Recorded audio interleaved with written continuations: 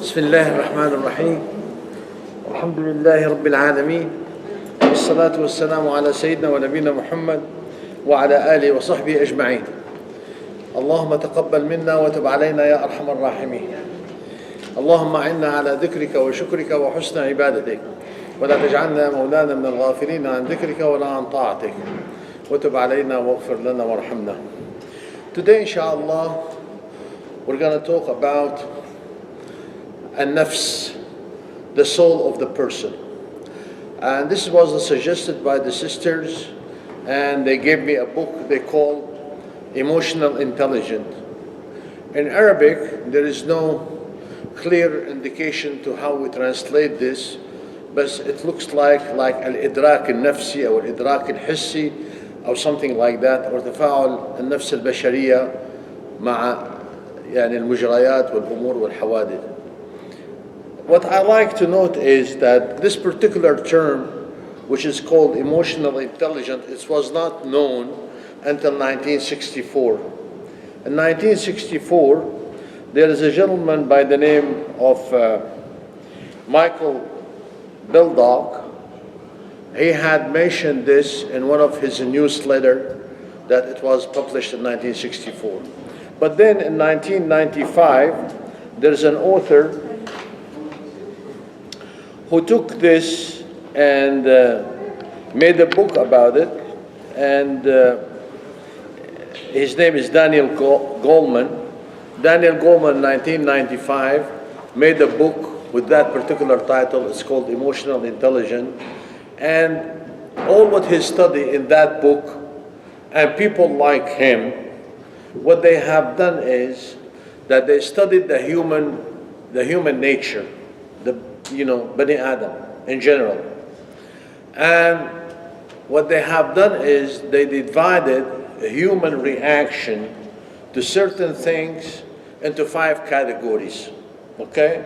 So all the people in the world, they divided them into 5 categories according to this particular study. And this category is, I forgot it, I was late, so I apologize. And according to them, that those 5 categories are, I'm going to put them in English, and I'm going to give the translation into Arabic. Neuroticism, it means that نفس غير سعيدة عندها قلق وغضب. You see, they call it a neuroticism. The second kind of soul is called openness. This openness, that a person is open and he would love to have fun and he would love to have an adventure. Category number 3, they call it consciousness.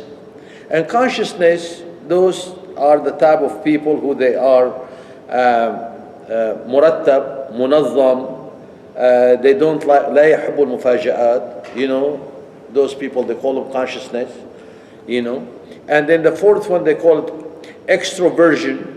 Those extroversion, those are the people who they are positive thinking people, and they like to be known, they like to show off, but they are good people, إيجابي ديناميكي ملفت للأنظار in Arabic. And number 5, they call it agreeableness. Agreeableness, this kind of person is kind,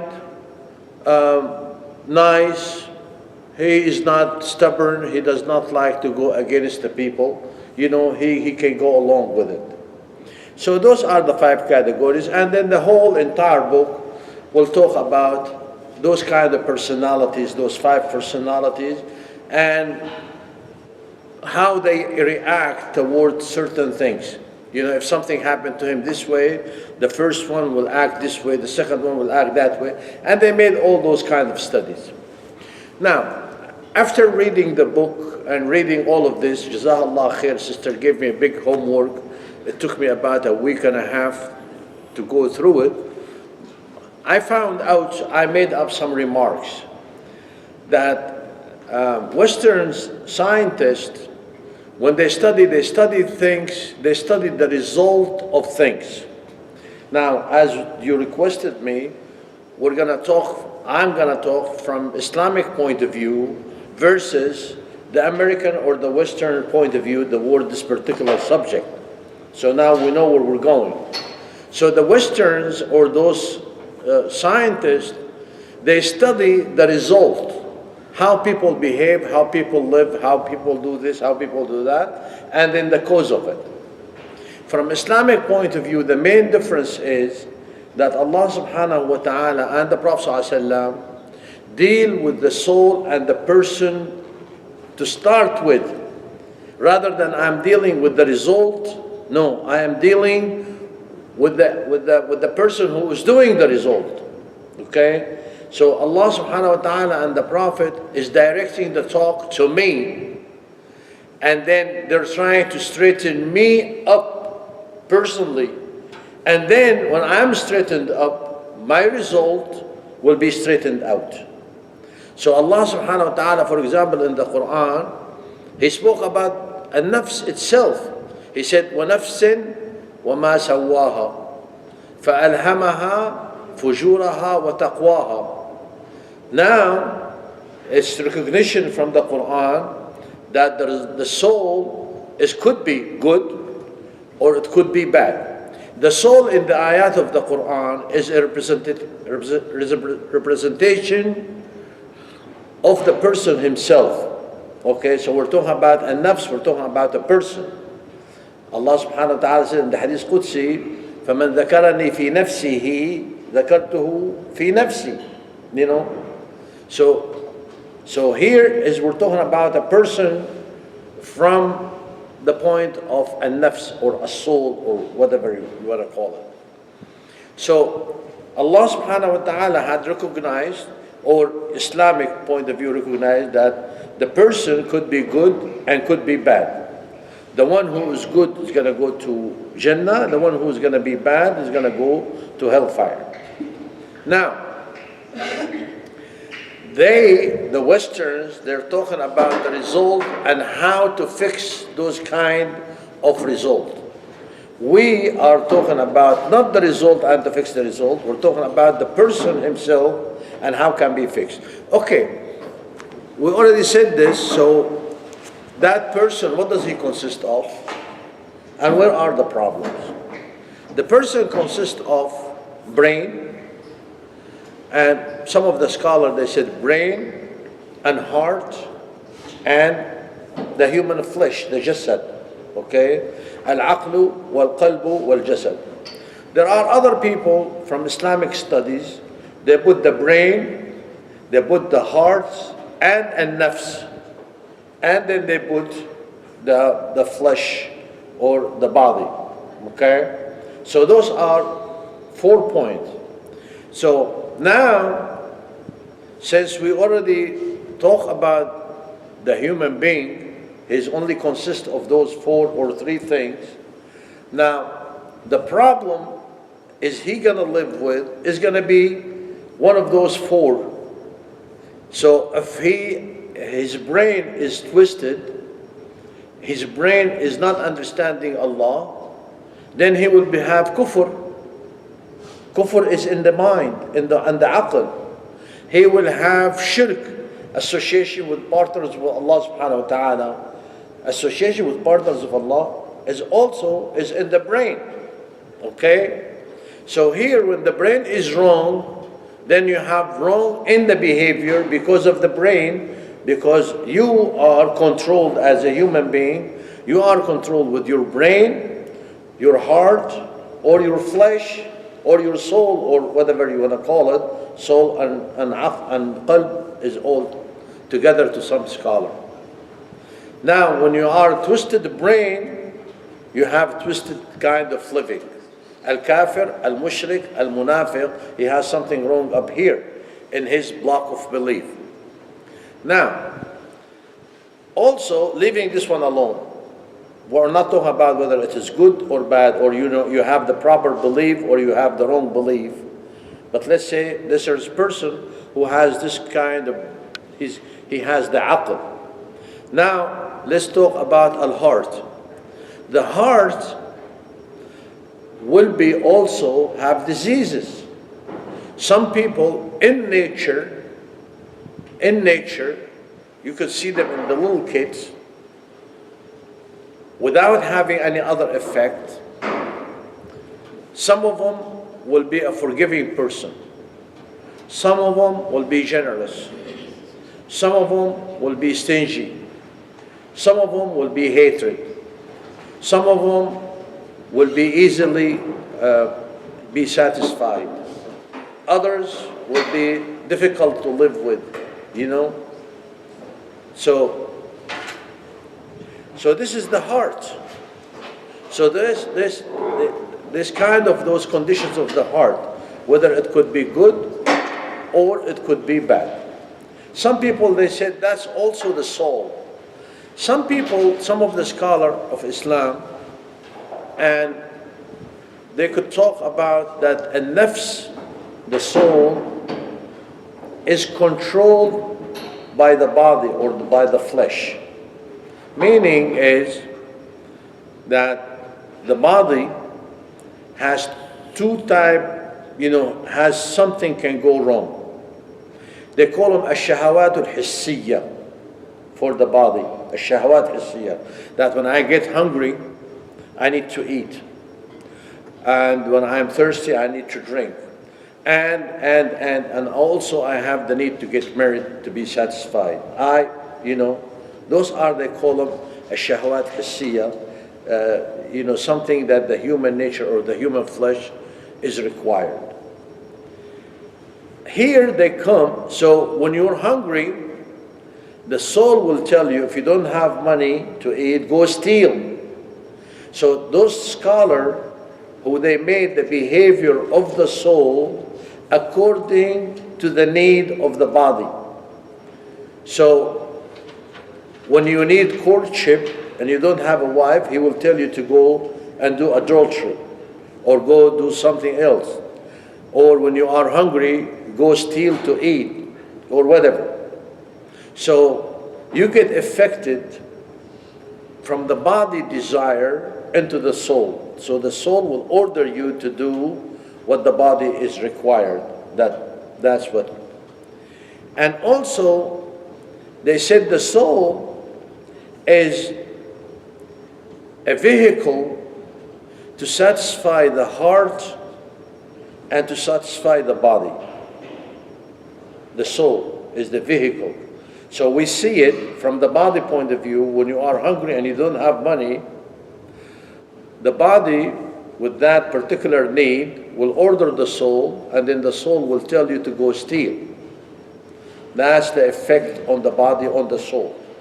Now we have what we call the effect of the heart on the soul. To revenge from somebody. Somebody did you something wrong. You want to go hurt him. So that's a disease of the heart that will tell the soul to go revenge from that guy. Also, when the heart tells you that you need to love, that will affect the soul. So here are the human being. The human being has a brain, has a heart, has a soul, and has a body. The soul, to some of the scholars, is an entity by itself. The reason of that is because Allah subhanahu wa ta'ala addressed the soul in the Quran from three parameters, from 3 points of view. Allah subhanahu wa ta'ala in the Quran said, النفس الأمارة بالسوء. النفس الأمارة بالسوء, that came in Surah Yusuf alayhi salam, that this nafs will always tell the person to do something wrong. It will push it to do something wrong. The scholar of Islam, like I said, النفس الأمارة بالسوء could be controlled either by the heart or could be controlled by the body. Other scholars, they said, no, a nafs has three controllers: the brain, the heart, the body. If your brain, if your aql is twisted, is wrong, that's going to affect the soul. If your heart is twisted, that will affect the soul. If your body needs, that will affect the soul. So the soul is the one mutual or under the control of all those three. So when Allah subhanahu wa ta'ala said, النفس الأمارة بالسوء, why would it be أمارة بالسوء? Why that particular soul will order the person to do something wrong? Because his block of belief is wrong. That's why his soul is doing or permitting him to do something wrong. Or his heart is sick, or the need of the body is in control of him because he does not have a brain, does not have a heart. So النفس الأمارة بالسوء always tell the person to do something wrong. And Allah subhanahu wa ta'ala, when He said in the Quran, on the tongue of Yusuf alayhi salam, إِنَّ النَّفْسَ لَأَمَّارَةٌ بِالسُّوءِ, some other scholar of Islam took that statement from the Quran, took that ayah from the Quran, and they derived to something, we're going to come to it later on, which is, if the body of the person is not controlled by the Sharia of Allah subhanahu wa ta'ala, then the soul will go astray. Okay? إِنَّ النَّفْسَ لَأَمَّارَةٌ بِالسُّوءِ إِلَّا مَنْ رَحِمَ رَبِّي, meaning except the one who controlled that particular soul with the rules and regulation of Allah, by the system of Allah, by the Sharia of Allah, and by the Wahy al-Nabawi wal-Wahy al-Qur'ani. Okay? So this is how I interpreted the ayah. The second part is that Allah subhanahu wa ta'ala addressed in the Quran about the soul, النفس اللوامة. Nafs al-Lawwama, some of the scholars took it, that this nafs is mu'mina. It's a good. So here, let's go back to the three parameters, al-aql, al-qalb, al-jasad. Nafs al-Lawwama, that means the brain is good. The brain believe in the aqidah, in the proper aqidah, believe in la ilaha illallah Muhammad Rasulullah. They have that belief. But what happened is that his iman is not very strong. So when his iman is not very strong, his heart is not very strong, and the one in control of an-nafs will be the flesh or al-jasad or the lust and desires that he has. So this person that has that nafs al-lawwama, when he does good, okay, it will come and will blame him. Why didn't you do more of the goodness? Okay, because of the iman that he has in the brain. And if he does something wrong, also that this soul will blame that person.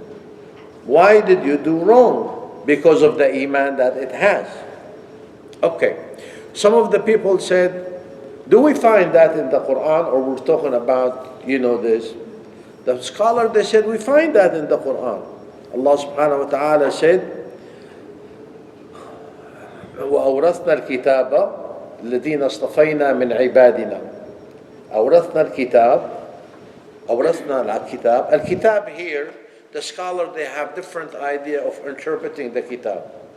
Some of the people say, أورثنا الكتاب, that means those people are believers, because they have inherited the book of Allah, or they are inherited the aqidah of Allah, or they are inherited the system of Allah subhanahu wa ta'ala, and manhaj al-Rabbani. Otherwise, Allah subhanahu wa ta'ala will, what is the book that they have inherited? The book of aqidah, the book of iman. Okay, they inherit. وَأَوْرَثْنَا الْكِتَابَ الَّذِينَ اصْطَفَيْنَا مِنْ عِبَادِنَا. And also those are the chosen people. So will Allah subhanahu wa ta'ala choose people who they are bad? No. Will Allah subhanahu wa ta'ala give the people to people who they are bad? No. So those group of people are good people, are believers. The brain, the first part, the aql, is good. They follow the system of Allah subhanahu wa ta'ala. ثم أورثنا الكتاب الذين اصطفينا من عبادنا فمنهم ظالم لنفسه ومنهم مقتصد ومنهم سابق بالخيرات. So they said those three categories are the categories that Allah subhanahu wa ta'ala mentioned about النفس. النفس الأمارة بالسوء could be نفس مؤمنة, but the iman is very weak. The lust and the desire of the heart is controlling the nafs. ومنهم مقتصد. مقتصد is النفس اللوامة, they call it. نفس اللوامة, when you do good, it will blame you for not doing more good. And if you do bad, it will blame you for doing that particular bad. ومنهم سابق بالخيرات. And this is the third soul where Allah subhanahu wa ta'ala mentioned in the Quran, النفس المطمئنة. النفس المطمئنة, iman in the brain is good, iman in the heart is good, and he is in controlling that. The brain and the heart is controlling the soul, and the soul now is the opposite, they say, is controlling the body rather than the body is controlling the soul. Okay? So this is from Islamic point of view, studying what they call it, the emotional intelligence. So now, we're going to go into another phase. Yes? So I just want to make sure that I understand what you're saying. You understand what I said? I just want to make sure you're saying that the nafs is not in control. Not in control? The nafs is not the one that's doing the action. It's the desire of the brain, the heart, and your body that is telling the nafs what to do. Okay, now if I made a mistake. I talked too much about to control about that being a nafs in command. Mm-hmm. That's what you got the point. Yeah, yeah. But in the last 30 seconds, the three. I mentioned the opposite. The opposite. I mentioned the opposite, that before that the body, the jasad, is controlling a nafs, or the heart or the brain. But when the heart and the brain, they become good, they make the nafs controlling the jasad. So it's flipped. It's a two-way street. But I talked too much for 5 minutes about the first part, and the second part went zoom in 30 seconds. That's where I made the mistake. But I want you to take care of that. Yeah, so if the body is healthy, and the brain is healthy, and the heart is healthy, the nafs will be mutmainna. Yes, and then a nafs will be good, yeah. And then the nafs will be controlling the body. Even though that I have a desire to eat, and I don't have money to eat, but I'm not going to steal. I have a desire for courtship, okay, but I'm not going to do haram because my mind is set right, and my heart is set right. It is very difficult with all the scholars, whether they are Westerns or Islamic, to know the relationship between those four parameters of the body that I have mentioned. So the subject is not easy. It is a difficult subject. If you understood what I said, Jazakumullah khair, that would be you're very intelligent.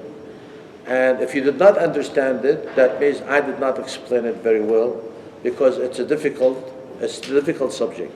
Now, if you read on the subject, and some people want to read, I want to tell those people who they do not speak Arabic, and they do not seek Arabic resources, remember the first point that I mentioned. If you're talking to a Western people, or non-Arabic or non-Muslim people, they're always going to concentrate on the result. Islamic point of view, we will concentrate on the cause, on the effect. You see, on the cause. We concentrate on the person himself. We concentrate on the brain to fix it, to make it good. We concentrate on the heart. You see? So when we concentrate on those two things, then ultimately when you control those, you control the result and you control the behavior. Western, they're not talking about how to control, how to convince the brain, and how to convince the heart. They talk about that we have this particular problem, how we're going to solve it. So they talk about all their studies, that what I have came to, they're talking about finding solution for all those results. So people are doing crime, okay, they call them, they're sick people, they put them in jail, they put them this and that, and they try to treat them. Some people, they try, and then the biggest problem, and the biggest problem is that they are using drugs to control people or to control the human being. In Islam, we have a different situation. Okay, if I bring you this, I need to go to the second point to illustrate my point. The Westerns believe that there are some diseases that are not curable. Okay? So from their study, they tell you, if the person, when he is a little boy, he starts lying too much, this guy is a liar by nature. Okay? So you need to reprimand him, to punish him, to do something to make him stop. They choose that. In Islam, we don't choose punishment to do that. We will go ahead and treat the brain and the heart by connecting the brain and the heart with Allah subhanahu wa ta'ala, connecting the brain and the heart with the Jannah, عرضها السماوات والأرض.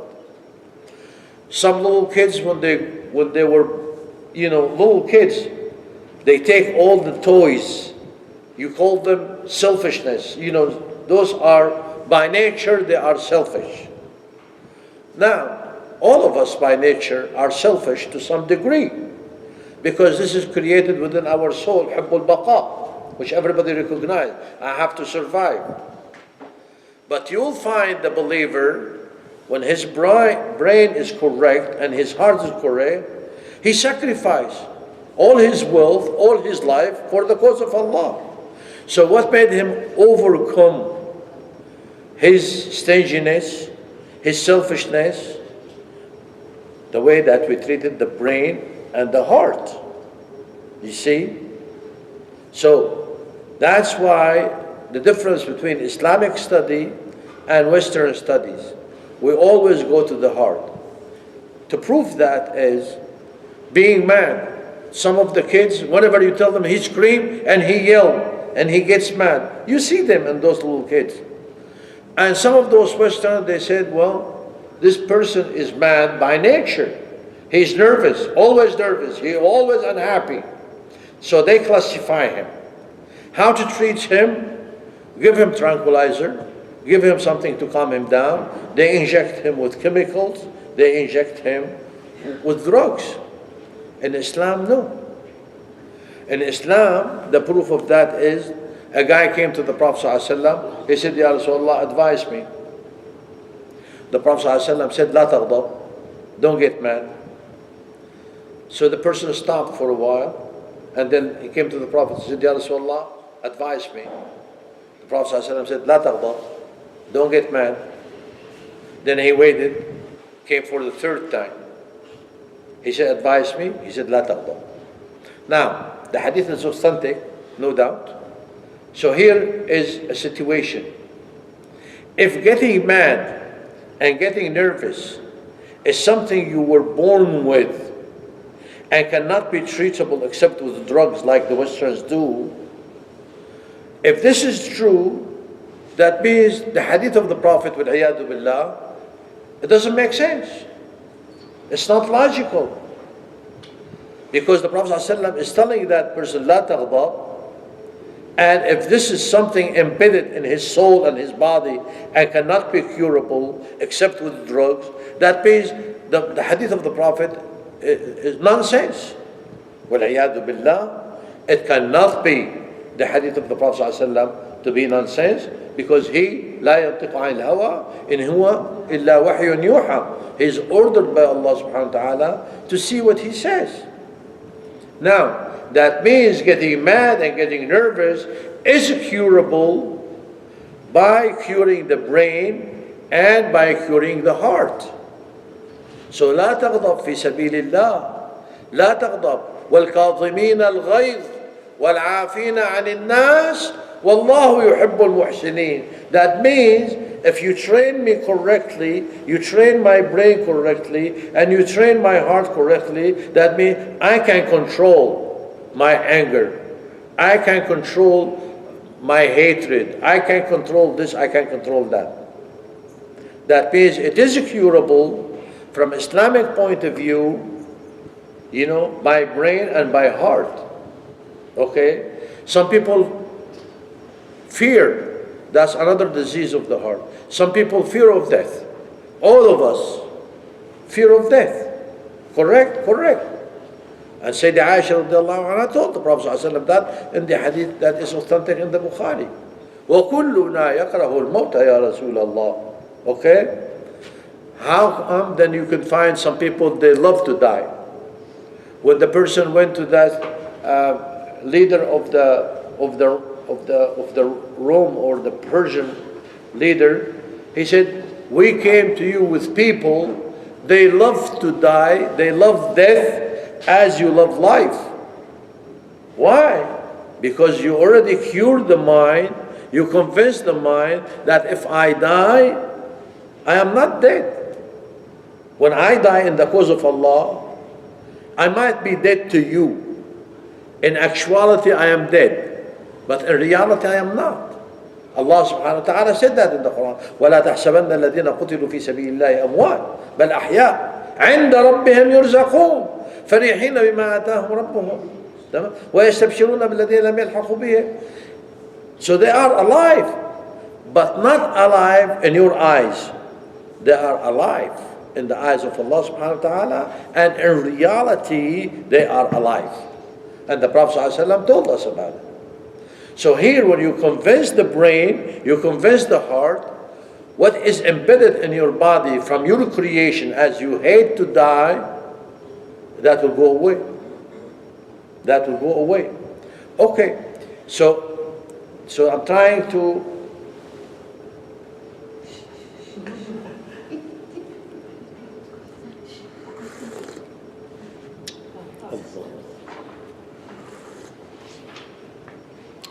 So what I'm doing, I'm trying to illustrate the differences in study between Westerns and from Islamic point of view.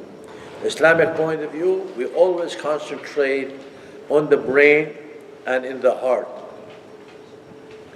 A guy came to the Prophet ﷺ, hadith reported by Muslim Imam Ahmad, the hadith is authentic. A guy came to the Prophet ﷺ, a young guy, strong. He came to the Prophet and he said, Ya Rasulullah, Ya Rasulullah. That means he said, Ashhadu an la ilaha illallah wa anna Muhammadan Rasulullah, and he is a believer. Okay. He said, Ya Rasulullah, what do you want? إِذَنْ لِي بِالزِّنَا. Give me permission to do something wrong, to fornicate or to do adultery. إِذَنْ لِي بِالزِّنَا. The scholar who talk about this particular hadith, they said, the guy is so much, and I don't know how to, so much in hate, put it this way, to the point that he came to the Prophet ﷺ and asking him for permission because he wants to do it. So what does the hadith say? فَجَعَلَ الْقَوْمُ يَزْجُرُونَهُ ما stop. This cannot be asked, And here's the Prophet ﷺ, he said, no, bring him closer. See how the people treat him and see how the Prophet ﷺ treated him. He said, Idnu, make him come close. So he came close. He came so close until he sat, in front of the Prophet ﷺ. Now what am I doing? I'm repeating myself to make it clear to Sister Nashaba and other sisters that Westerns deal with the result. We Islamically, we deal with the brain and the heart. If the brain and the heart getting fixed, that's why we said recite Quran, recite the hadith of the Prophet ﷺ, learn Islam properly, Because if you learn Islam properly, you get fixed. Your brain will become good, your heart will become good, then your soul will become good, and your soul will control your body, and your body will become good. This is the way we go. Okay? So I'm trying to emphasize on this point. I'm going to bring one example, two examples, three examples to get it, inshallah. So the Prophet ﷺ, now, what did he tell him? Did he tell him this is haram? Did he tell him if you do that you're going to go to hellfire? No. He's going to talk to his brain. He's going to talk to his logic. And the Prophet ﷺ said, أَتَرْضَاهُ لِأُمِّكَ? Do you accept that if your mom did a fornication or you did fornication with the mother of somebody? Will people accept this?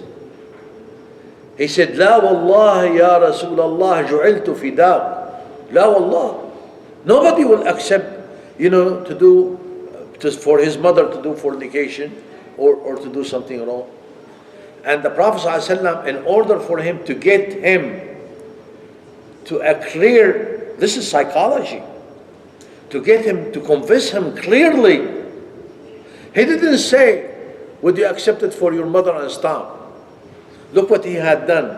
He said, do you accept it to your mother? And then the person said, no. Because any person who has honor will not accept that for his mother.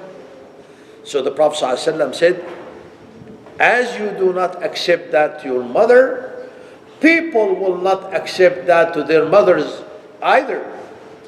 Then the Prophet ﷺ went, do you accept that to your sister, to your daughter? He said, no. وَالَّذِي بَعَثَكَ بِالْحَقِّ. He said, people will not accept. So he went to the mother, daughter, sister, and from the father's side and from the mother's side. لَعَمَّاتِكَ وَخَالَاتِكَ. He's asking, repeating the question and getting from him an answer, no. And then the Prophet ﷺ said, every time, so people, then if you're going to make zina, you're going to make zina to who? To a mother, to a sister, to a daughter, to an aunt, from both sides. And people don't accept that. He's talking to his brain. He didn't tell him, Allah will put you in hellfire. It was not used here. It's talking to the brain. This is all what Islam is all about. Talking to the brain, talking to the heart. When those two getting fixed, then the result will become fixed. And then the Prophet ﷺ, on top of all of those things, he put his hand on him and he made a dua for him. Allahumma ghfir lahu, Allahumma tahhirhu, Allahumma. The hadith is authentic from Muslim, Imam Ahmad. Okay? So cure his heart. Look at it, brain and heart. Put his hand on his chest. Allahumma tahhir qalbahu. Allahumma hassin farjahu. That's in the hadith. You see? Allahumma ghfir lahu. The first one, ghfir lahu. Because he thought his thinking was wrong. And if his behavior was wrong. Now we fix the thinking. We're fixing the behavior. We need to fix the heart. So Allahumma tahhir qalbahu. You see? So when Islam order you, la taghdab, he's trying to change your heart, change your brain, not changing the result.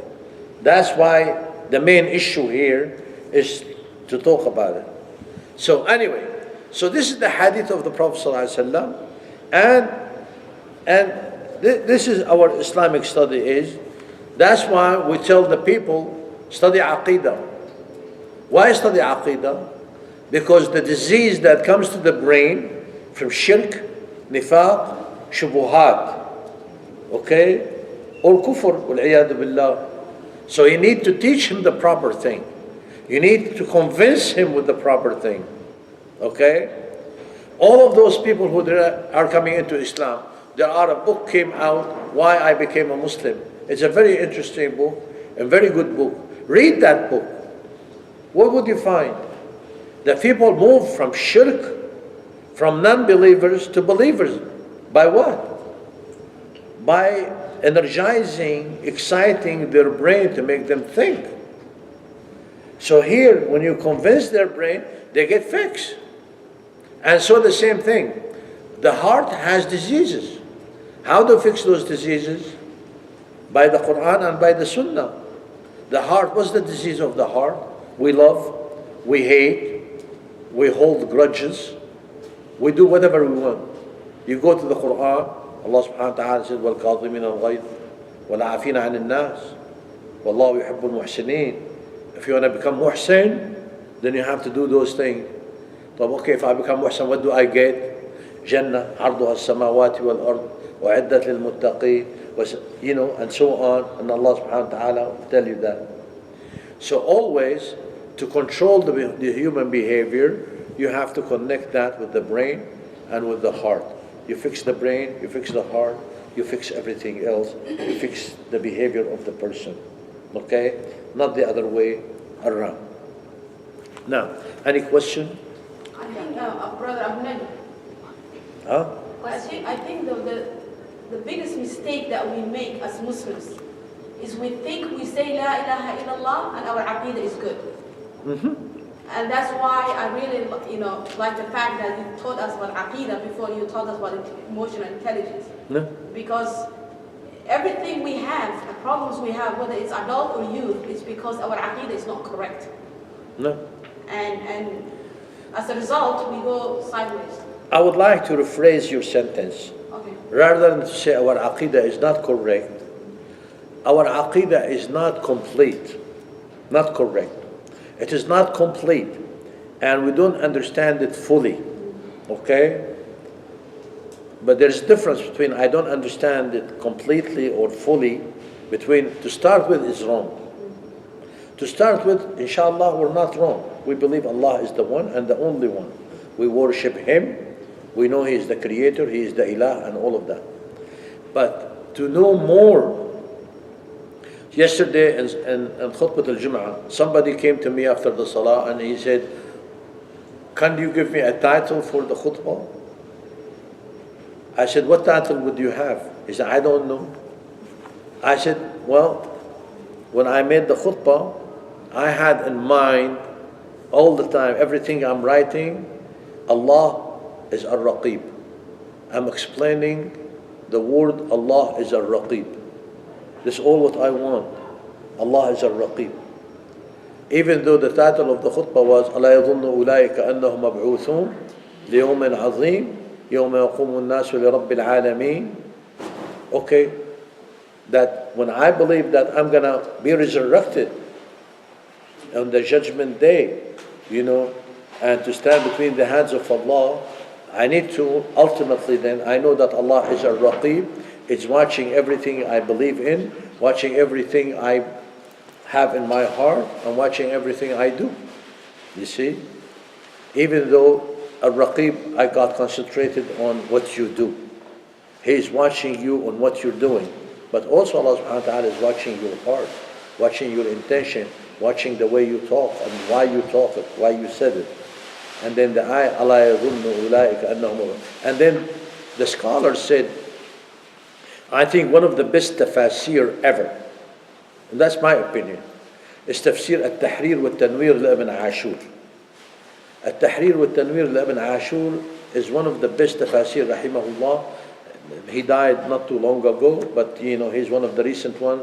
But it looks like he had collectively gathered in his tafsir all the most important point on all the other tafasir and put it there.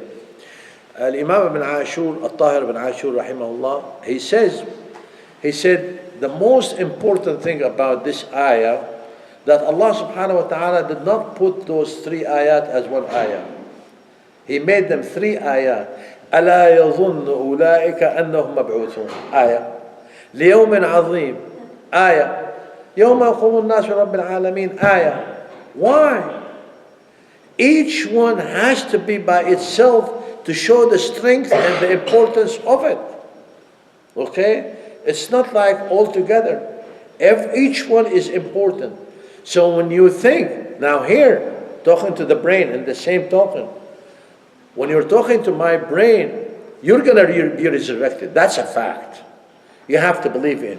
If you believe in that fact, That fact itself has to straighten your life. If you're going to be resurrected and you're going to stand, you're going to be resurrected. There will be a very great day, a day like none others. True, the judgment day, it is not like the day of the dunya, it's not like the days of the akhirah after that. Because Allah subhanahu wa ta'ala said in Surah Ma'arij, that particular day, that's why the scholar, they said, is it different? All the days of al-akhirah are the same? No, they're not. The judgment day, 50,000 sana, 50,000 years. But the rest of the days in the akhirah, Allah subhanahu wa ta'ala said, Wallahu a'lam, that's one of the scholars said, كَأَلْفِ سَنَةٍ مِمَّا تَعُدُّونَ. Some people took كَأَلْفِ سَنَةٍ مِمَّا تَعُدُّونَ, they gave it a different interpretation. Okay? But either way, that particular day is a special day. If it is not, it's only for this ayah. لِيَوْمٍ عَظِيمٍ. This yawm azim. And when the Prophet ﷺ was so scared in that particular day, what did he say? إن ربي قد غضب اليوم غضبا لم يغضب مثله قبله ولن يغضب مثله بعده. That hadith give you how significant is that particular day. Because the Prophet ﷺ said that Allah subhanahu wa ta'ala غضب in such a way that he did not get mad in any day since the beginning of the creation before and since the rest of the creation بعد. So that gives it specialty. ليوم عظيم. Why it is يوم عظيم? يوم يقوم الناس لرب العالمين. And then we have to talk about what does it mean يقوم, and that's another explanation, another study for the word يقوم. You know that. But when you're talking to a person and you made him believe that he's going to be resurrected and he's going to be held accountable, he's going to stand between the hands of Allah subhanahu wa ta'ala. That's why some of the Sahaba, like what came to us in the seerah, that when they stand up for the salah, they used to shiver. They used to be so scared. He said, I'm remembering to stand between the hands of Allah subhanahu wa ta'ala on the judgment day. When I'm standing right now between his hand in the salah, I'm remembering how to stand up between his hand on the judgment day. You see, so they're scared. They are ashamed of themselves to stand between the hands of Allah, and they have that many mistakes or that much wrong, you know. So anyway, so when you believe that you're going to stand up and you're going to be asked, you're going to be questioned, by whom? Wallahi, if the FBI called me right now, I'll be scared. Be true. If they came to take me from my home, I'll be scared. What are we going to do? How long they're going to keep me? Are they going to torture me? Are they going to do this? Are they going to do that?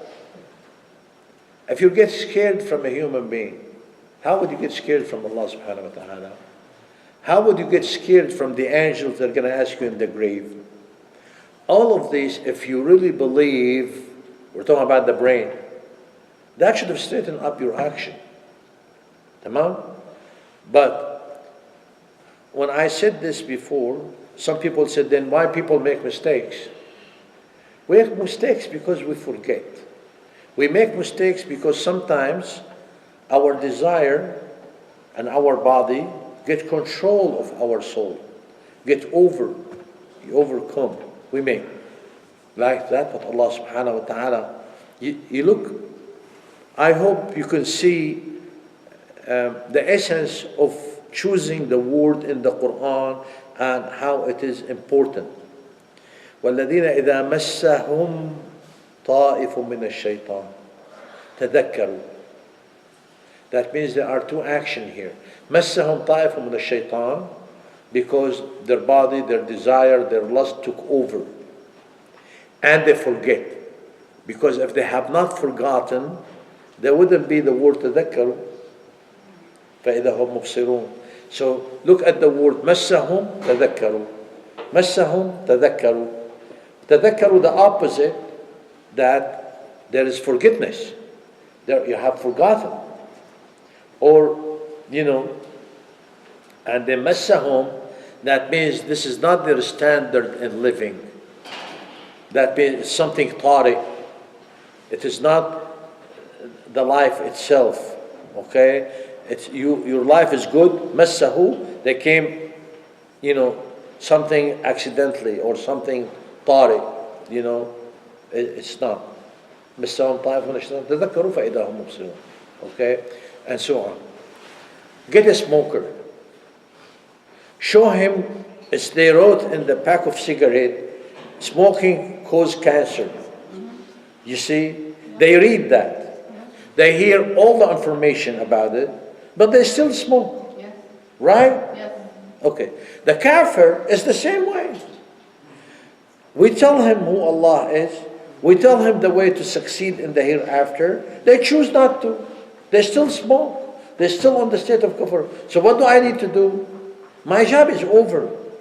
Allah subhanahu wa ta'ala, فَلَعَلَّكَ بَاخِعٌ نَفْسَكَ عَلَى آثَارِهِمْ إِن لَّمْ يَكُونُوا مُؤْمِنِينَ. Are you going to cut yourself and struggle yourself and be in agony because they did not believe? It's not your job. إِنْ عَلَيْكَ إِلَّا الْبَلَاغُ. You have to tell them. It's only your job is to tell them. I'm a doctor, I tell him, you keep smoking, you're going to have cancer. You're going to have this, you're going to have that. You listen, it's fine. You quit. If you don't listen, that's your problem. You understand? Okay, for smoking, there is a short-term reward. Say what? I can't understand what you're saying. For smoking, they release some hormones which gives you instant feeling of satisfaction. شو right? قال بشام محمد؟ بيعطوا هرمونات مشان يعطيك ساتسفاكشن للسيجارت اللي يبطلوا. Okay. يعني بيعطوكم شيء ليبطل. So what do you want me to do? So, but Islam, Do you want me to make No, drugs for the kuffar to no, become I Muslims? didn't say that. I said Islam is going to give you the reward in the long term. So how would you convince the person? It is not my job. My job is to tell him. You see? Yeah. I have to tell him the truth. I have to show him in such a way. I have to talk to his brain. But if his brain is closed up, what do I do? Khalid bin Walid, radiallahu anhu, he became Muslim in the 8th years of Al-Hijrah. When he tried everything. Huh? When he tried everything and nothing passed, he became Muslim. والله ما أفهم شو عم تقولي. Yeah. Continue. So they asked Sayyidina Khalid, you are so intelligent and you're so smart. One of the best leaders in the world in the history is the way, his intelligence, how to direct the battlefield and how to do this, how to do that. Isn't your brain, why your brain did not lead you to Islam? I hope that will answer your question.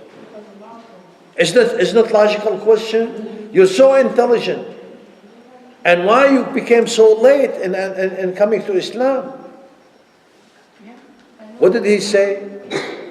He said, we were infatuated with big people like Abu Jahl and Abu Flan and Abu, So in their mind, he was convinced that Abu Jahl, which they call him Abu al-Hakam. Abu al-Hakam means, the father of wise, or the father of wisdom. That's how high rank was in Quraysh. They were following him because he is the master, he is the leader. He said, we thought so highly of those people. He was convinced since he was little that those people will lead you in the right way. So they followed them. It took him so long to change his mind, to change his point of view. Then when he changed his mind, he became a Muslim. So some people, answering the question, some people, it takes them so much to change their mind. Maybe it takes time to change their mind. Maybe some other scholar, they said, maybe it takes a miracle. Abdullah Mas'ud radiallahu anh was a little boy, very little. He as a person, very tiny, Abdullah Mas'ud. to the fact that when he used to do with the sheeps, the sheep, he was a sheep herder.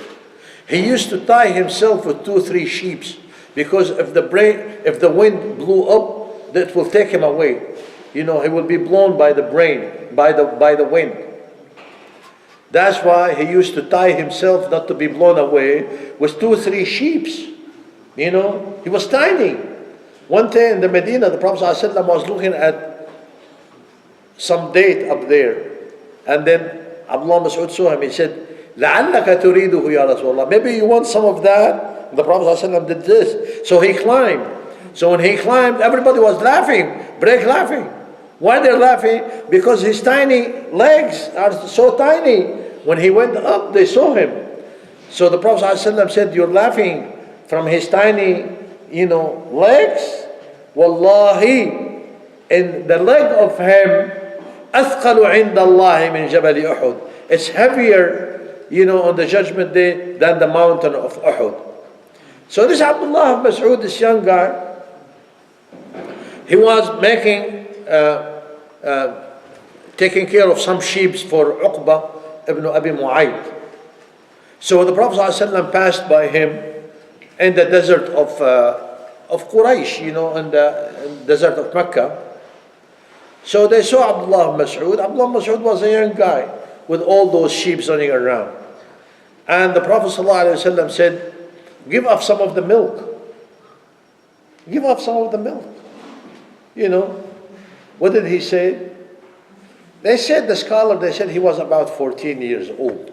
He's not like an older guy. And he doesn't know the Prophet ﷺ. He does not believe. He's still working with Uqba bin Abi Mu'ayd. He said, Inni mu'taman. I'm responsible. I was trusted with those.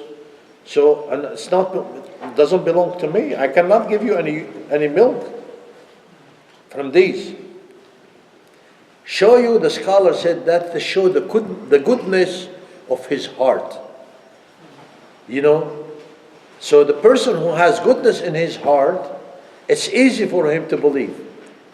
So the Prophet ﷺ said, don't you have a sheep that does not have any milk? Because the milk belongs to your master. Well, give us some sheep. It doesn't have any milk. So Abdullah Mas'ud said, here's one. It's so sick. Does not have milk. Okay.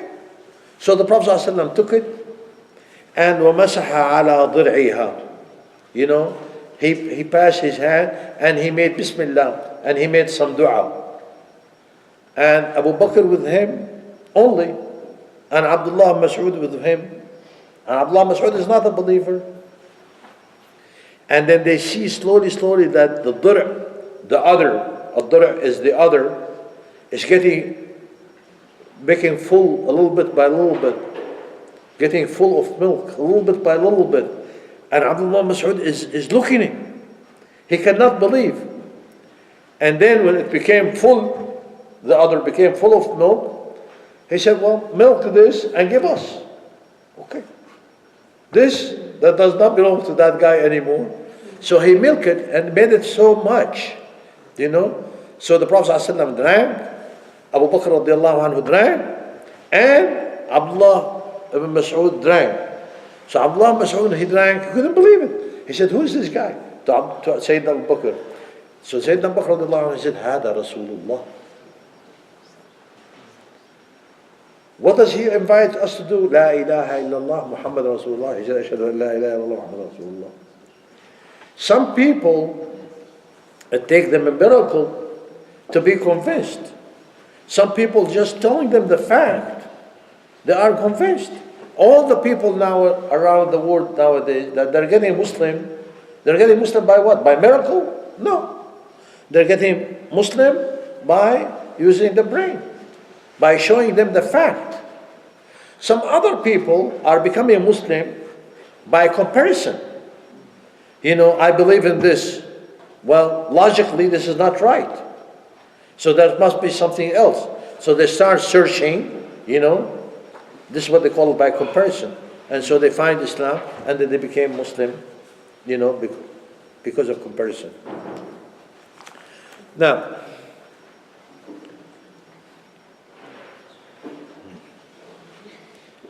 they said here, as a result of what we talked about, is صلاح العمل مرتبط بصلاح القلب.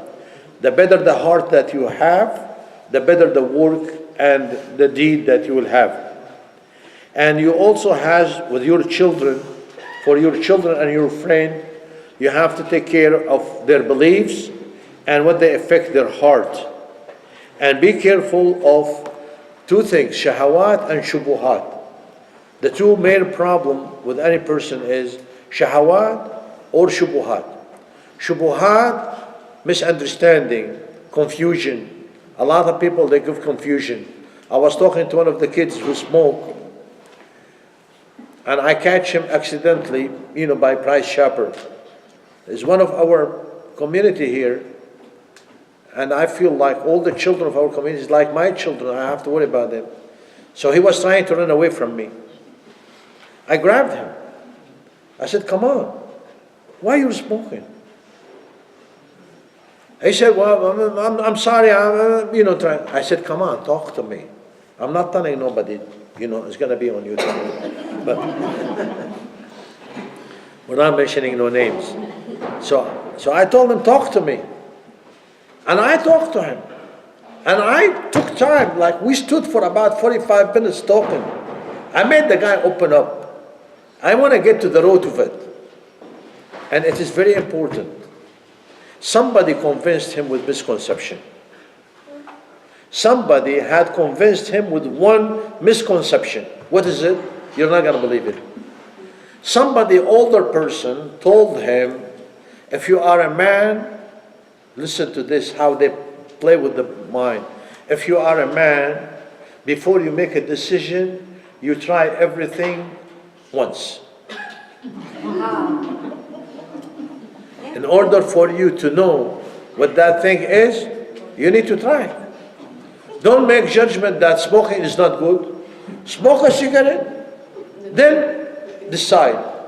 Smoke a drug, and then decide. Drink alcohol, then decide. I used to be an electrician, and our teacher, when we were learning, he said something you'll never forget.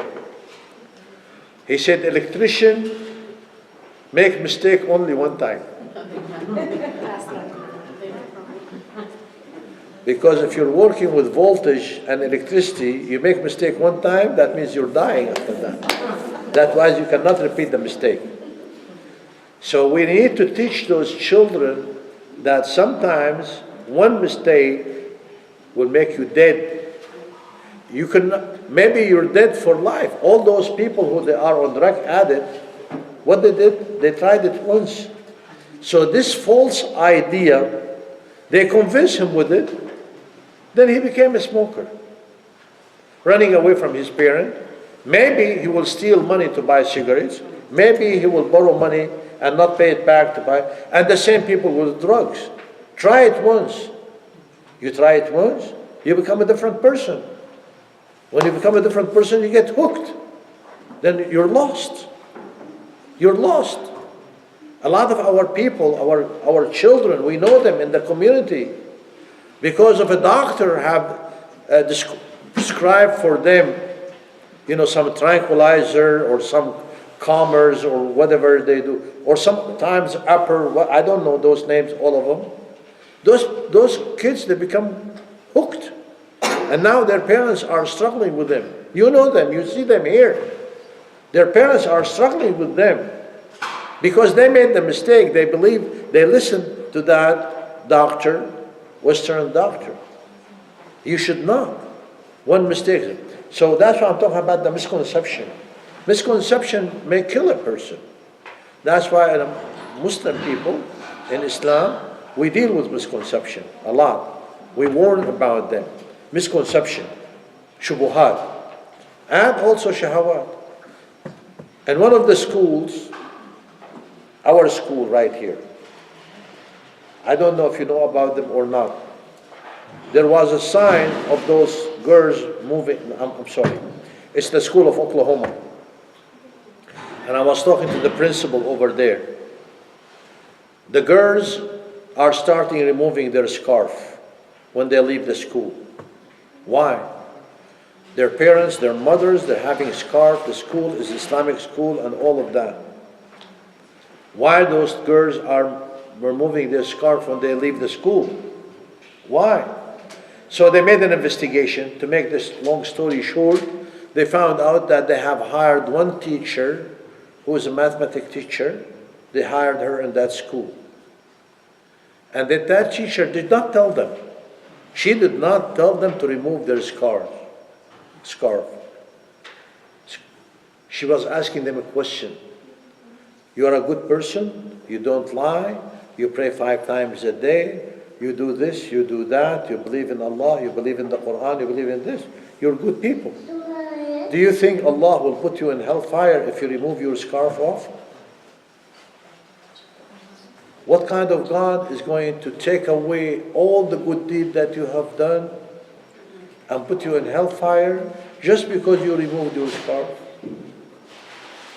You see the misconception? She did not tell them to remove it, but she gives them something to think about, something devilish. That's why Allah subhanahu wa ta'ala said in the Quran in Surah An-Nur, وَلَا تَتَّبِعُوا خُطُوَاتِ الشَّيْطَانِ.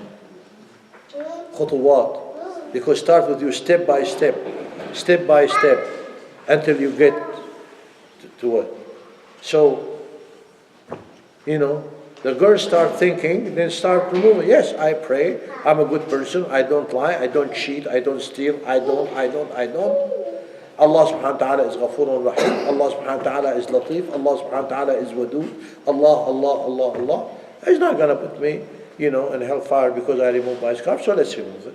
So they leave the school, they remove it. Rather than to answer every misconception that we have, I have to say something, which is, do not listen, do not give your ear to anyone unless they are Muslims and they are trustworthy.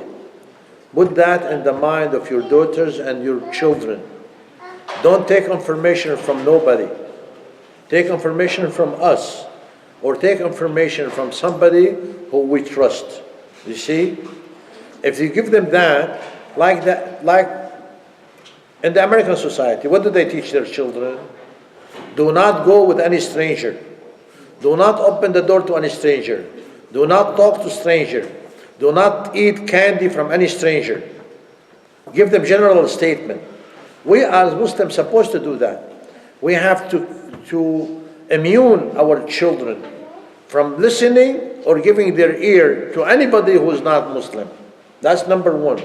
Number two, even some of the Muslims, they're not understanding correctly, so we have to tell them, even when we are a student, our mashayikh used to tell us, Jazahumullah khair, barakallahu fihim, do not take your deen from anybody unless they are trustworthy and the ummah had agreed on. That's why you find all the ummah, they are following Al-Shafi'i, Al-Imam Ahmad, Abu Hanifa, Al-Imam Malik. Why? Because with my religion, I have to trust with it somebody who's the ummah have trusted. The whole people have trusted. God forbid, when somebody have a disease, where does he go? He goes to the best doctor. Even if he goes to a doctor and give him an advice, sometimes said, I don't know, I need to take another opinion. One of us, if a doctor said that you need an operation, really? Well, before you cut me up open, I have to go see other people, because it's your health. Your deen is more important than your health, it's more important than your body. Okay? Because your body affects you in this dunya. Your brain, your belief, your iman, your aqidah will affect you in this dunya and in the hereafter. So anyway, we have to teach our children not to listen to nobody except that they are trustworthy. And if you don't know, you tell them about somebody who you trust to let them go and talk to. And so the first one we come up with all the study is that in Islam we said the good behavior is connected with the good of the heart and the belief. The second one, الاهتمام بما يصلح القلب وتبيين المفسدات من الشهوات أو الشبهات. We're talking about the misconception, that's important. I'm talking about the lust and desire to be controlled by the Islamic understanding. And some of the scholars, they said, if you know Allah subhanahu wa ta'ala, now you asked me earlier how to convince a person, right? The right thing. Huh? To do the right thing as per Islam. Okay, so the scholar said, first of all, you have to tell them who Allah subhanahu wa ta'ala is. Any person, anywhere. They have to talk about what is Allah subhanahu wa ta'ala to you. What Allah subhanahu wa ta'ala have done to you. Who you belong to. You belong to Allah subhanahu wa ta'ala. Who is Allah subhanahu wa ta'ala? Talking to him about the names and the attributes. Teach them about Allah subhanahu wa ta'ala. When you teach them about the sustenance of Allah, you teach them who Allah subhanahu wa ta'ala, you're supposed to generate in their heart the love of Allah subhanahu wa ta'ala. When you love Allah subhanahu wa ta'ala, then you obey Allah subhanahu wa ta'ala. And when you love Allah subhanahu wa ta'ala, you obey Him. You teach them the result of obedience to Allah subhanahu wa ta'ala. What is that result? Allah subhanahu wa ta'ala told us in ayah number 97 of Surah Al-Nahl. Allah subhanahu wa ta'ala said,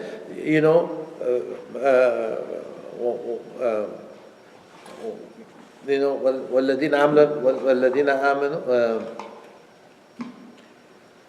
فلنحيينه حياة طيبة ولنجزينهم أجرهم بأحسن ما كانوا يعملون. This is the ayah. The key in that ayah, ولنحيينه حياة طيبة. He will live good life here and the hereafter. Even though some of the scholars said that حياة طيبة here, Allah is promising them in the hereafter. Some other scholars said, no, حياة طيبة here and حياة طيبة there. Good life here, good life there. Some of the scholars who they took حياة طيبة in the hereafter, they connected it with the ayah of Surah Taha. وَمَنْ أَعْرَضَ عَنْ ذِكْرِي فَإِنَّ لَهُ مَعِيشَةً ضَنْكًا. Over there. Even this ayah in Surah Taha, وَمَنْ أَعْرَضَ عَنْ ذِكْرِي فَإِنَّ لَهُ مَعِيشَةً ضَنْكًا. Some of the scholars said, in the dunya and in the akhirah. You see, it's both of them. In the dunya and the akhirah. Those people who they do not connect with Allah subhanahu wa ta'ala, they're going to live in agony. They're going to live in torture. Even though they might be rich, they might be this, they might be that. Like I said last session or the one before last is, some people seek happiness and sa'ada, and they think people that sa'ada comes from wealth. That's why people, they're running after making money because they believe money will make them happy. No. Some people will run after position or degrees or whatever, or a rank. They believe that if I become a soldier, big one, then then I will be happy. If I become the director of such and such company, I'll be happy. From Islamic point of view, happiness is from Allah. Happiness is a result. It is not something you can get in your action. Many people who they are millionaires, they're not happy. People who they have position, they're not happy. Look around you. Do you know who commits suicide in the United States? Number one. Read the statistics. Statistics was published by the American government. The people who commit suicide in the American society are the rich and the famous. So richness does not bring you happiness. Being famous does not bring you happiness. Position. What does bring you happiness? Your happiness to believe in Allah and the Prophet ﷺ. عَجَبًا لِأَمْرِ الْمُؤْمِنِ إِنَّ أَمْرَهُ كُلَّهُ لَهُ خَيْرٌ إِنْ أَصَابَهُ شَرٌّ صَبَرٌ وَإِنْ أَصَابَهُ خَيْرٌ شَكَرٌ. He's happy. He's happy. Imran bin Hussein, Sahabi. All of you know Imran bin Hussein. After the death of the Prophet ﷺ, he has a problem. He stayed laying down in bed. Read the seerah of Imran ibn Hussein. He stayed laid down in bed. He cannot get up. 30 years. Not 30 days, 30 years. They made a bed and they cut a hole under the bed for him to go to the bathroom from that particular hole. They come and they visit him. He is smiling. How could you be smiling? If I have a toothache, I'm jumping up and down and screaming and cussing and doing this. Why? He said, اختاره الله رضيه الله لي أفلا أرضاه لنفسي. Allah accepted that for me. Shouldn't I accept that for myself? Taslim, rida, happiness. You know,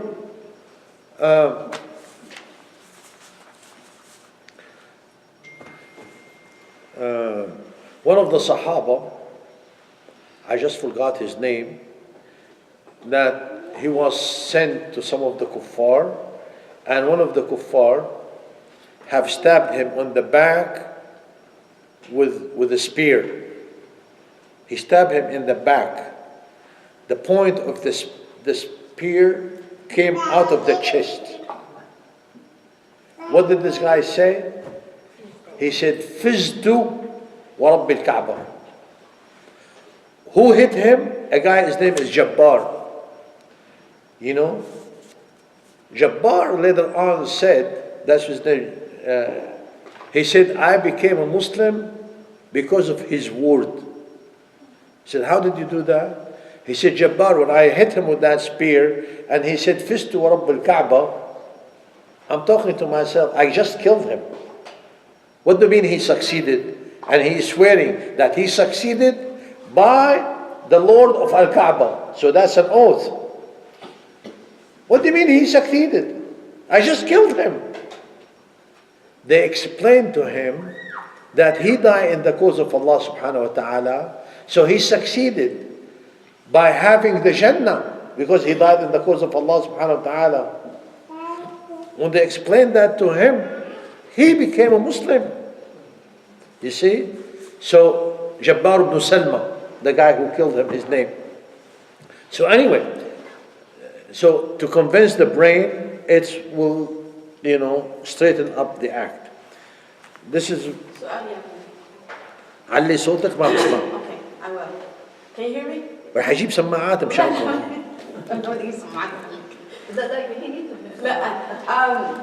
I have a question. You say there are 3 types of nafs. النفس الأمارة بالسوء والنفس اللوامة والنفس المطمئنة. The 3. The one that is prone to evil, and the other extreme, the one that is satisfied, مطمئنة. I think many of us fall into the 3rd category, which is النفس اللوامة. But what causes the fluctuation? Why are we, some days we are this the most pious person, and the next day I'm going down the hill? What's causing the fluctuation if the brain and the heart have this good seed in it? It's the struggle. The scholar, all of it, they said it's a struggle between the call of your iman and the call of this dunya. Okay? And Jazakillah khair for mentioning that, because there's a hadith I was going to mention but I've forgotten it, but now with your question I remember it. The Prophet ﷺ said in the hadith,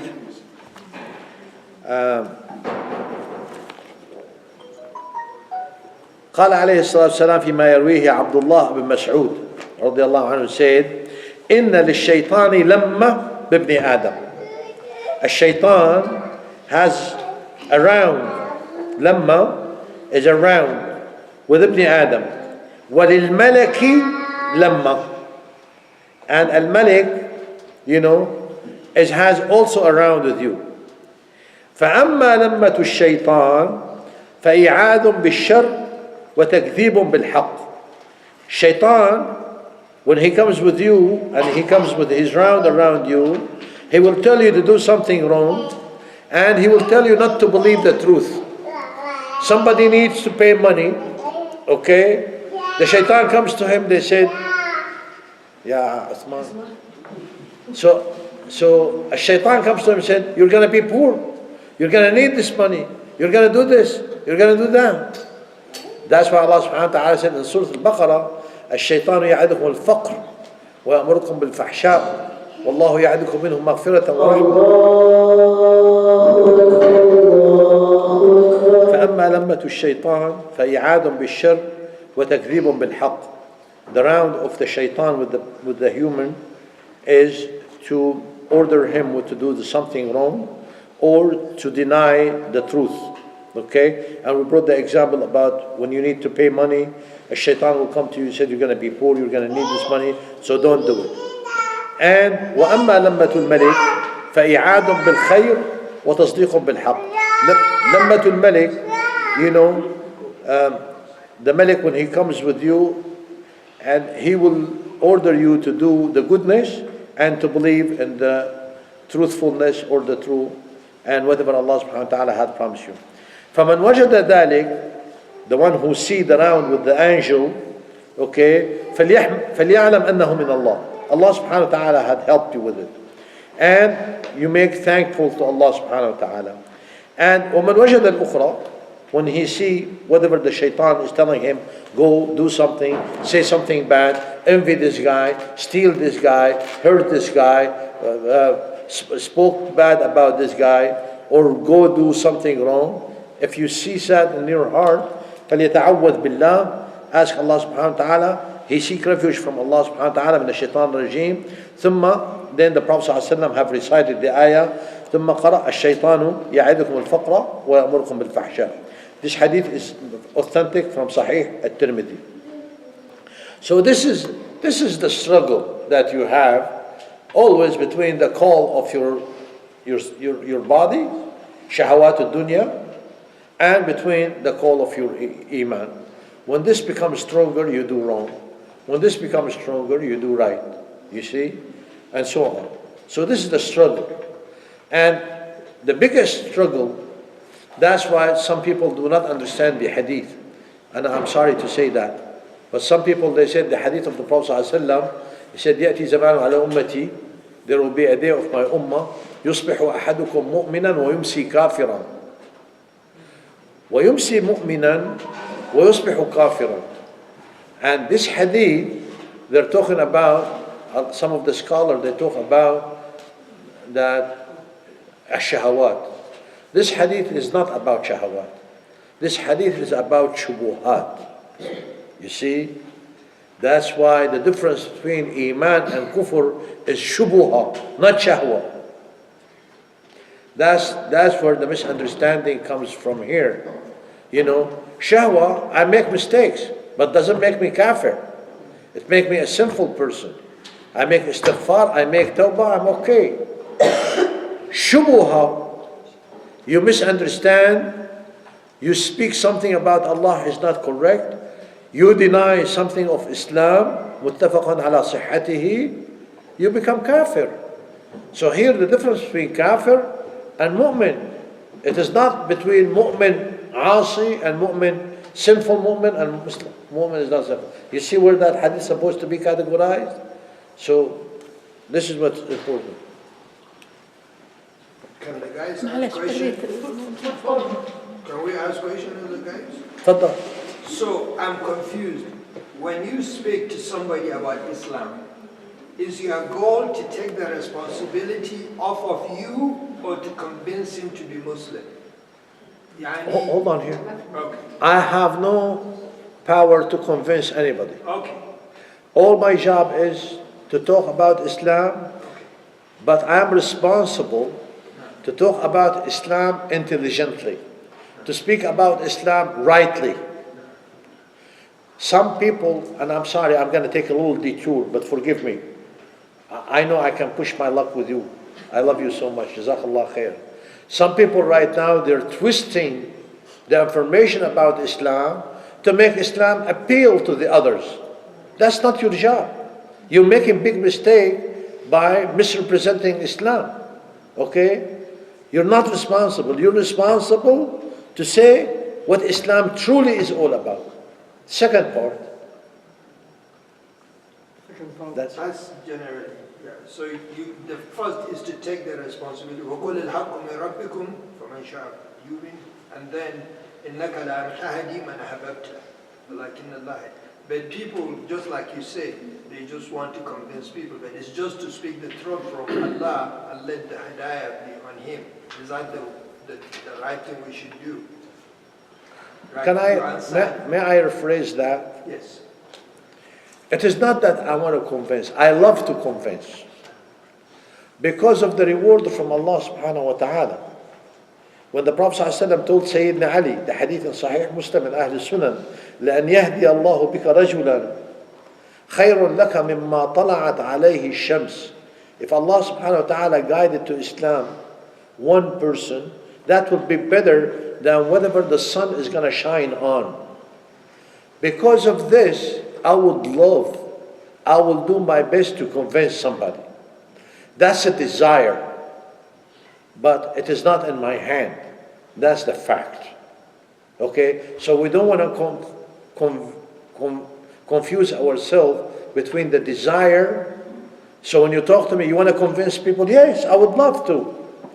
But that's not my job. That's the job of Allah subhanahu wa ta'ala, to convince people. إِنَّكَ لَا تَهْدِي مَنْ أَحْبَبْتَ وَلَكِنَّ اللَّهَ يَهْدِي مَنْ يَشَاءُ. But I'm responsible to represent the true thing about Islam. Okay? تفضل يا حبيبي. 2 questions. يا حبيبي. Okay. يا رب. One question you seem to answer 80%. Was just ask Daqa about the heart and the brain. When the heart and the brain are not right, we seem to do wrong, right? What is the role of the shaitan in this? We always blame shaitan, make me do this, make me do that. So what is the role of the shaitan playing here? Okay. First of all, the shaitan has a role. No doubt. The Prophet ﷺ, we just mentioned the hadith. لَمَّا لِلشَّيْطَانِ. But the problem is you. Okay? If you listen to him, the shaitan is talking to all of us equally. Okay? The Prophet ﷺ said, each one of you has with him his own shaitan. And all our shayateen are kuffar. That's a fact. So I don't have a good shaitan. I have a kafir shaitan. This kafir shaitan is going to order me to do what? To do kufr and to do ma'siyah and to do denial. Now, the fact that Allah, this is what the scholar said, listen, Ibn al-Qayyim radiallahu anhu said, the fact that Allah subhanahu wa ta'ala made hell and heaven for you, because you are responsible, right? So let him, or let everybody else, shayateen al-ins wal jinn, shaitan from human being or from jinn, let them talk to you any way you want to. The decision is up to you. Okay? They're gonna get their punishment. No doubt. But you, if you listen to them, that's why Allah subhanahu wa ta'ala said in Surah An-Nur, وَلَا تَتَّبِعُوا خُطُوَاتِ الشَّيْطَانِ. Allah subhanahu wa ta'ala said in Surah Ar-Rum, إِنَّ الشَّيْطَانَ لَكُمْ عَدُوٌّ فَاتَّخِذُوهُ عَدُوًّا إِنَّمَا يَدْعُو حِزْبَهُ لِيَكُونُوا مِنْ أَصْحَابِ السَّعِيرِ. Do not follow the shaitan and the steps of the shaitan, because he takes you one step at a time. Open the TV, turn on the TV. That's one step. Turn on to channel so and so. That's the second step. Turn on to other channel where you're going to see something wrong. That's the third step. Why don't you get up and drive your car and go to such a place? Fourth step. Why don't you do this step by step? That's why the Prophet says, "La tabi'u khutuwat ash-shaytan." Okay? That's one. And Allah subhanahu wa ta'ala is saying, shaitan is your enemy. He has taken you as his enemy. Why don't you take him as your enemy? You see? The decision maker is you. You listen to him or you don't listen to him. Okay? The people who listen to the shaitan, the people who they have lack of knowledge. For example, the scholar, when they say this, they said an example. Why people steal? because the shaitan told them, go steal. Also, he decided to steal because he has twisted information. What is the twisted information he had? If he believed that his rizq is already assigned by Allah, if he believed that his rizq is going to get it, no matter what. The Prophet ﷺ, Jibreel alayhi salam came down and he said, Prophet ﷺ, إن روح القدس قد نفث في روعي أنه لن تموت نفس إلا وتستوفي رزقها وأجلها. The Prophet ﷺ said, Ruh al-Qudus, Jibreel alayhi salam, has just told me, he made it known to me, that no soul, that's the rule of Allah.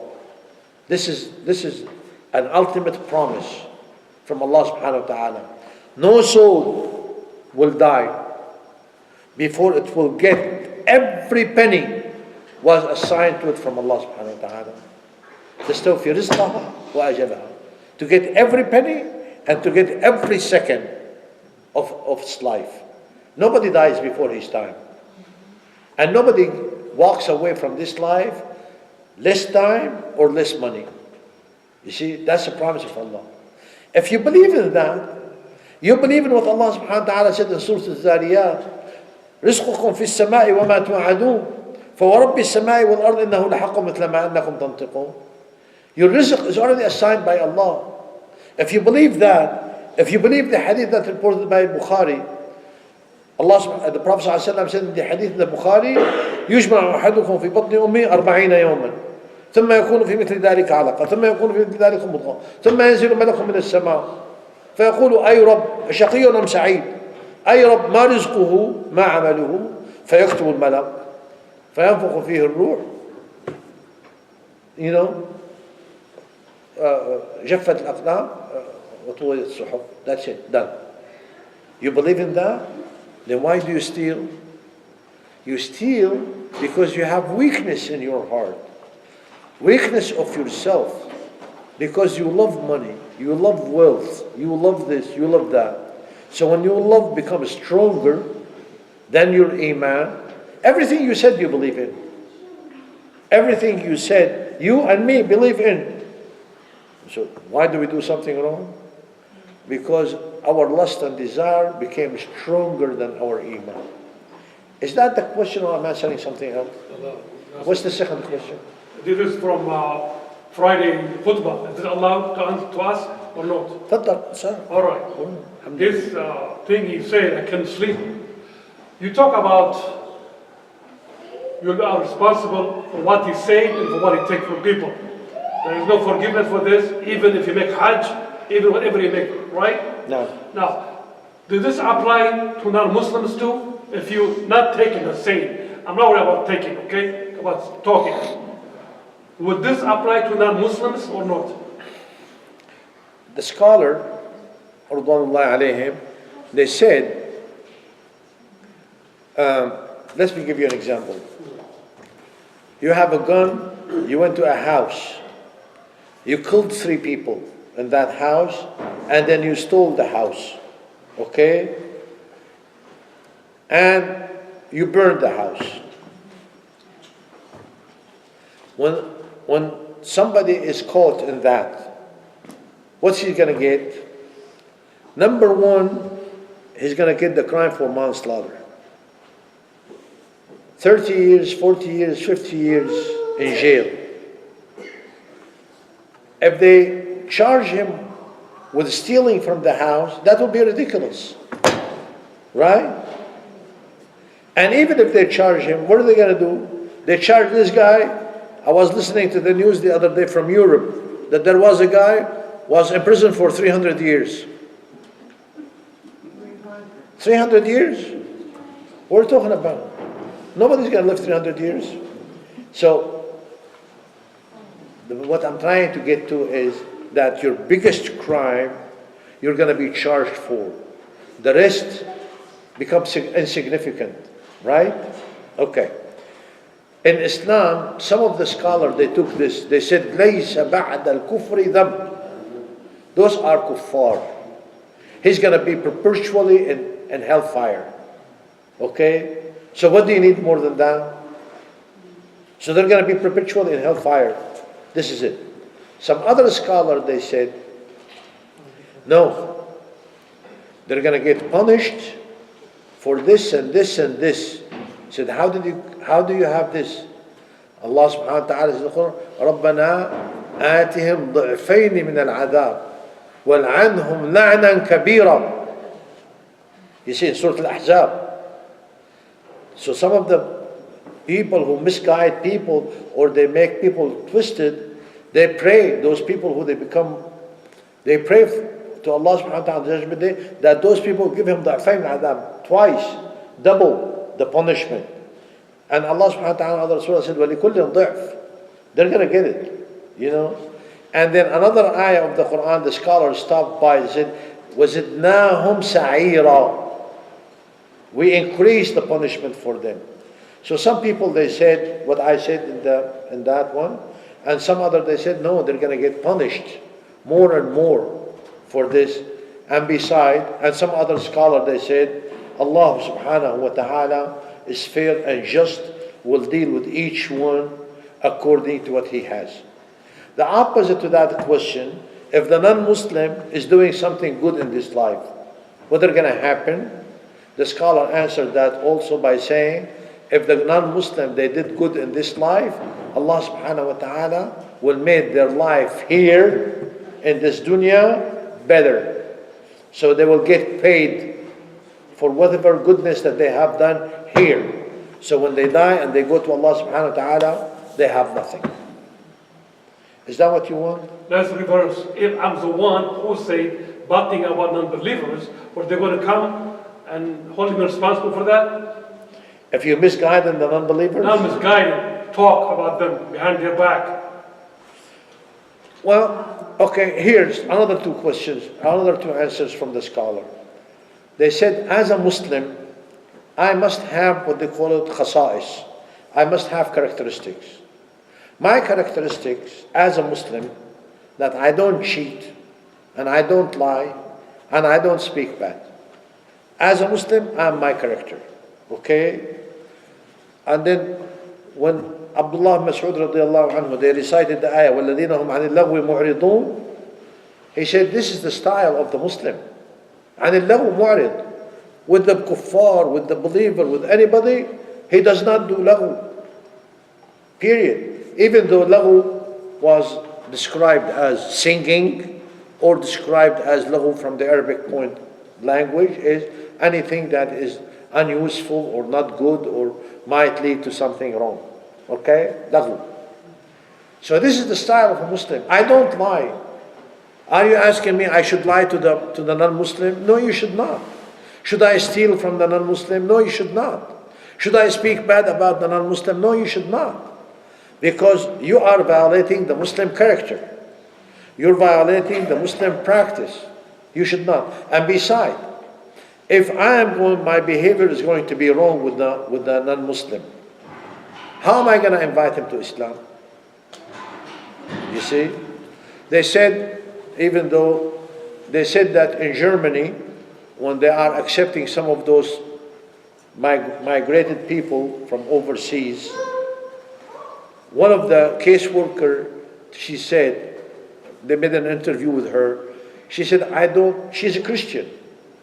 She said, all those immigrants coming from overseas, all of them are Muslims. They said, we don't lie, we don't cheat, we don't do this, we don't do this, we don't do that. Islam is beautiful, they believe in Allah, Allah is the sustainer, Allah is this, Allah is that. Those are the biggest liars. They claim they don't work, they work with cash, and they come and they get benefit from the government. We give them 3 bedrooms, they live 2 families together, and they rent another 3 bedroom to somebody else, and they're making money. They call this, they call that. They're the biggest liar. They're the biggest cheater. They're the biggest this, they're the biggest that. How do they expect me to believe in what they're saying about their deen? True. True, isn't it? If we live Islamically, if we live right, now, I said it before, I'll say it again. Do you know the biggest number of Muslims on earth at one time, who are they? The people who they became Muslim by trade, not by the army. Indonesia, Thailand, and all of those what they call it East of Asia countries, they became Muslim. There are millions. How did those people become Muslims? Do we have a Muslim army went over there and convinced them? No. The traders who they went over there to buy spices and tea from them, they saw them. They don't cheat, they don't lie, they are kind, they are nice, they are this, they are that. They love them. They start imitating them. What makes you this way? Islam. How do I become a Muslim? I want to become like you. Say ashhadu an la ilaha illallah and learn Islam. You see? So they became Muslims. I visited in Thailand a city, big city, thousands of people in it. It's called Cotabato. Look up in the search. Why do they call it Cotabato? They said there was a guy who came, and this used to be a small village. He came here. His name is Ahmed al-Katib. That was his name. And he started spreading goodness. You know, he bought a farmland. He hired people to work for him, and he used to give them food, and he used to give them this, and then everybody. Then he made a school. Then he invited them to Islam. It became a city. They named it for him, Cotabato Ahmed al-Katib. You know, imagine thousands upon thousands. Now we are talking about the internet, about this gentleman from Kuwait, doctor. You know, he went to Africa. 5,000 schools opened there. So many hospitals and clinics. You know, I forgot his name, you know, but people are praying for him. People are making istighfar for him. He spread Islam in Africa. One guy is doing more than all those people who are trying to make those people are Christian or non-Muslims. It's the way they act. سبحانك اللهم وبحمدك لا إله إلا أنت نستغفرك ونتوب إليك ولا حول ولا قوة إلا بالله العلي العظيم جزاكم الله خير.